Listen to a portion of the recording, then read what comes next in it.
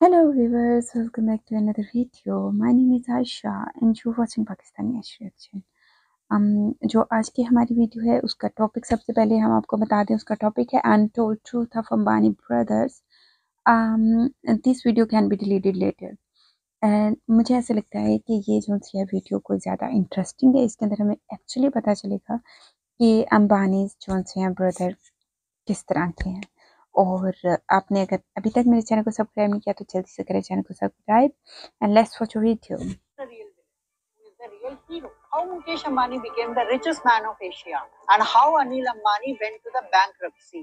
क्या अंबानी जी के वेल्थ के पीछे मोदी जी का कोई हाथ है या उनका कोई मास्टर प्लान है? और क्या है मोटा भाई के वो सीक्रेट्स जिसने उनको बिजनेस वर्ल्ड का सिकंदर बना दिया? Let's decode.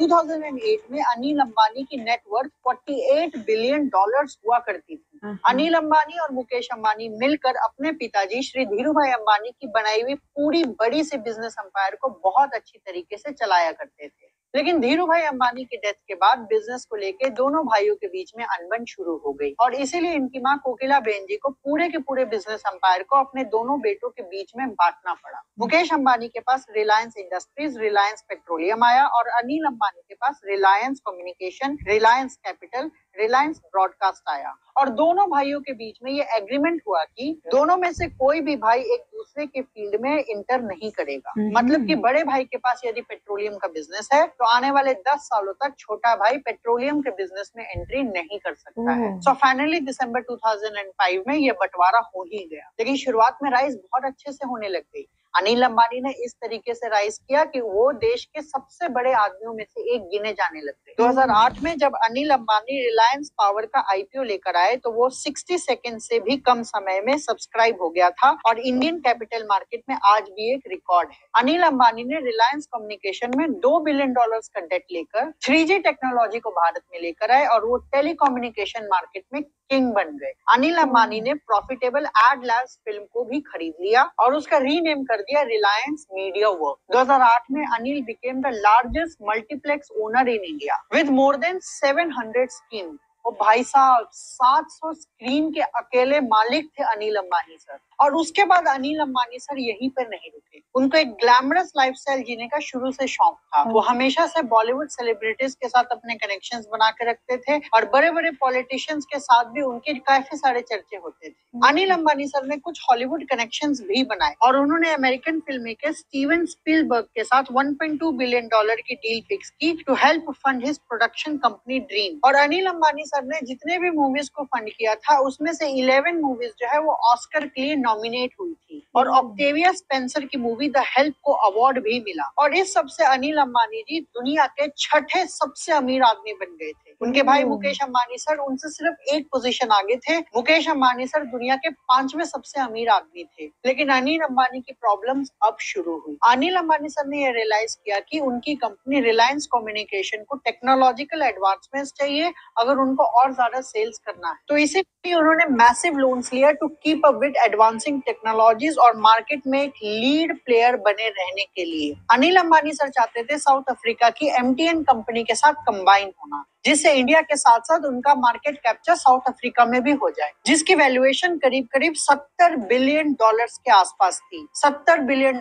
जी हाँ दोस्तों, $70 बिलियन में कितने ज्यादा जीरोस होंगे इसको काउंट करना पड़ेगा. इंडिया में आज के समय में $1 इक्वल टू 82 रुपीज है. लेकिन ये प्लान बुरी तरह से फेल हो गया क्योंकि दोनों भाइयों ने 2005 में एक और एग्रीमेंट साइन किया था जो था right of first refusal agreement, जिसके तहत अनिल अंबानी ये डील नहीं कर सकते थे क्योंकि रिलायंस टेलीकम्युनिकेशन को मुकेश अंबानी जी ने खड़ा किया था और उनके परमिशन के बिना ये कॉम्बिनेशन नहीं किया जा सकता था. और इसीलिए MTN company was unwilling to close this deal. और इसके बाद अनिल अंबानी सर बहुत ही ज्यादा डेट में आ गए और उनकी प्रॉब्लम्स बढ़ने लग गई. और इसीलिए उन्होंने लाइफ की सबसे बड़ी गलती की. उन्होंने और कर्जा लिया अपने पिछले कर्जों को चुकाने के लिए. 2012 में अनिल अंबानी ने 3 Chinese banks ICBC, China Development Bank और Export Import Bank of China से $1.2 बिलियन का लोन लिया टू रीपे $7.19 बिलियन डेट. लेकिन सिचुएशन और बिगड़ती चली गई। 2016 में मुकेश अंबानी भी कम्युनिकेशन इंडस्ट्री में एंट्री किया और अपना खुद का मोबाइल नेटवर्क जियो लॉन्च किया और जियो मार्केट में लॉन्च होते ही वो इस इंडस्ट्री का मार्केट में किंग बन गया। बहुत ही कम समय में 150 मिलियन सब्सक्राइबर्स जियो के हो गए। 150 मिलियन यानी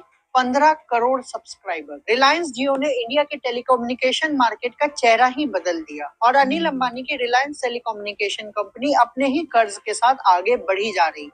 सिर्फ 3 साल में रिलायंस टेलीकम्युनिकेशन की वैल्यू 98% तक गिर गई। इसका मतलब है उसकी वैल्यूएशन तकरीबन आधी हो गई। उनके पुराने partner Swedish network company addiction ने 2016 में अनिल अंबानी पर मुकदमा जाहिर किया क्योंकि अनिल अंबानी उनके $80 मिलियन की पेमेंट वापस नहीं कर पा रहे थे। अनिल अंबानी सर की जेल जाने तक की नौबत आ गई और यहाँ पे उनके भाई ने उनको बहुत सपोर्ट किया। मुकेश अंबानी सर एक सुपरमैन की तरह आए और एरिक्सन कंपनी का सारा कर्जा लौटा दिया और इसके कारण अनिल अंबानी सर जेल जाने से बच गए। 2019 में फाइनली रिलायंस टेलीकॉम ने बैंकरप्सी फाइल कर दी और अनिल अंबानी ने सब कुछ गवा दिया। उनके लिक्विड एसेट्स पूरी तरीके से खत्म हो गए। हाँ, कुछ फिक्स एसेट्स जैसे उनके बड़ा घर, गाड़ियों का कुछ स्टॉक और उनके अपनी प्राइवेट जेट से उनका फिक्स एसेट तो जरूर बनता है, लेकिन लिक्विड एसेट जो बहुत इंपॉर्टेंट होती है वो चली गई थी। लेकिन अगर वहीं पे हम मुकेश अंबानी सर की बात करते हैं तो वो अपना घर बनाना चाहते थे। उन्होंने एक बहुत मैसिव घर बनाया और उस घर बनाने में खर्चे में कोई कमी नहीं छोड़ी। उन्होंने 2 अमेरिकन आर्किटेक्चर फर्म को कंसल्ट किया क्योंकि उनकी वाइफ नीता अंबानी ने इन फर्म्स का काम देखा था at 5 star hotel Mandarin Oriental New York और वो बहुत ज्यादा इम्प्रेस हुई थी। एनिटेलिया 27 फ्लोर्स की बिल्डिंग है और उसको बनाने में $1.2 बिलियन खर्च हुए। ये बिल्डिंग दुनिया की सबसे महंगी रेसिडेंशियल प्रॉपर्टी है। इसमें 600 फुल टाइम एम्प्लॉइज हैं, इसमें 3 हेलीपैड्स हैं, अपना मूवी थिएटर है, 6 फ्लोर्स की पार्किंग गैरेज है। लग्जरी ही लग्जरी है इस घर में। मुकेश अंबानी ने बहुत ही एक्स्ट्रावेगेंट राइज किया है अपने करियर में। वो अपने एग्रेसिव बिजनेस टैक्टिस से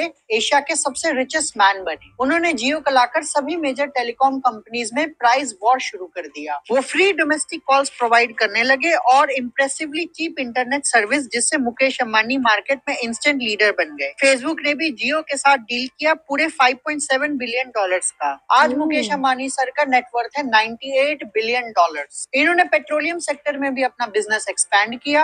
आप जामनगर की रिफाइनरी को देख सकते हैं, वहाँ ये क्रूड ऑयल को रिफाइन करते हैं और ये रिलायंस गैस के थ्रू हमारे घर तक गैस सप्लाई भी करते हैं। रिलायंस डिजिटल के थ्रू ये इलेक्ट्रॉनिक्स का सामान बेचते हैं। आजियो ऐप से कपड़े सेल करते हैं, जियो मार्ट से ग्रोसरी भी सेल करते हैं, यहाँ तक कि डंजो भी इनका ही है। नेटमेट्स जहाँ से आप दवाई मंगाते हैं वो भी मुकेश अंबानी जी का है। आप अगर मूवी की टिकट बुक करते हैं तो बुक माई शो भी इनका है। और इस तरीके से मुकेश अंबानी सर हर सेक्टर में एंट्री कर गए और हमारा आम जीवन इन पर ही डिपेंडेंट होने लग गया। अगर आप हैमली से अपने बच्चों के खिलौने लेते हैं तो वो भी मुकेश अंबानी सर का ही है। इन्होंने अपना OTT प्लेटफॉर्म भी ओपन किया जियो सिनेमास के नाम से। Entertainment channels like colours, news channel like CNBC और बिजनेस मैगजीन फोर्ब्स भी मुकेश अंबानी सर का ही है। आप अपने जीवन में कोई भी कार्य करते हैं तो उसका कुछ हिस्सा मुकेश अंबानी सर के पास जरूर जाता है। साथ में एक काफी रिलीजियस और डाउन टू अर्थ पर्सन भी है। इन्होंने अपनी बेटी ईशा अंबानी की शादी पूरे हिंदू रिचुअल्स के साथ करवाया और बहुत सारे गरीबों को खाना भी खिलाया। एक बात बताऊं, एक जमाने में मैं अपनी मम्मी से पूछता था यदि अनिल अंबानी सर और मुकेश अंबानी सर फिर से मिल जाएंगे तो रिलायंस इंडस्ट्रीज दुनिया की सबसे रिचेस्ट कंपनी बन जाएगी। तो वीडियो का टॉपिक तो बिल्कुल डिफरेंट है और अंदर से वीडियो डिफरेंट है। तो खैर इससे भी काफ़ी ज़्यादा नॉलेज मिला है, जैसे कि इनकी जो सी है मुकेश अंबानी, उन्होंने किस तरह अच्छे तरीके से अपने भाई की मदद की और मुकेश अंबानी जी ने हर सेक्टर में अपना एक नाम बनाया हुआ है। कपड़े लेने हैं उधर वो घुसे हुए हैं, बिजली वो दे रहे हैं, इलेक्ट्रिसिटी प्रोडक्ट्स उनकी हैं, गैस लोगों के घरों में वो पहुंचा रहे हैं, इंटरनेट वो पहुंचा रहे हैं, फ़ोन की फैसिलिटी उन्होंने दी हुई है, खिलौने लेने उन्होंने देने हैं, फूड घर में आना है वो उन्होंने देना है। तो खैर इंडिया में जो सबसे ज़्यादा काम करने वाली जो कंपनी है ना वो मुकेश अंबानी की है और मुकेश अंबानी जो है वो काफ़ी डाउन टू अर्थ है, जो कि हमने वीडियो में भी सुना और बहुत ही ज़्यादा जो है वो अपने रिलीजियस को मानने वाले, अपने रिलीजन को आगे बढ़ाने वालों में से हैं। तो खैर वीडियो तो इंटरेस्टिंग थी, लेकिन टॉपिक जो है वो बिल्कुल डिफरेंट था और वीडियो डिफरेंट थी।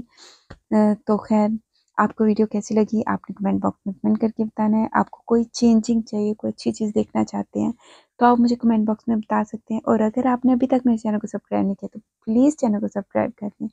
अगली वीडियो में फिर मिलूंगी, तब तक अपना बहुत ज़्यादा ख्याल रखिएगा। Bye bye.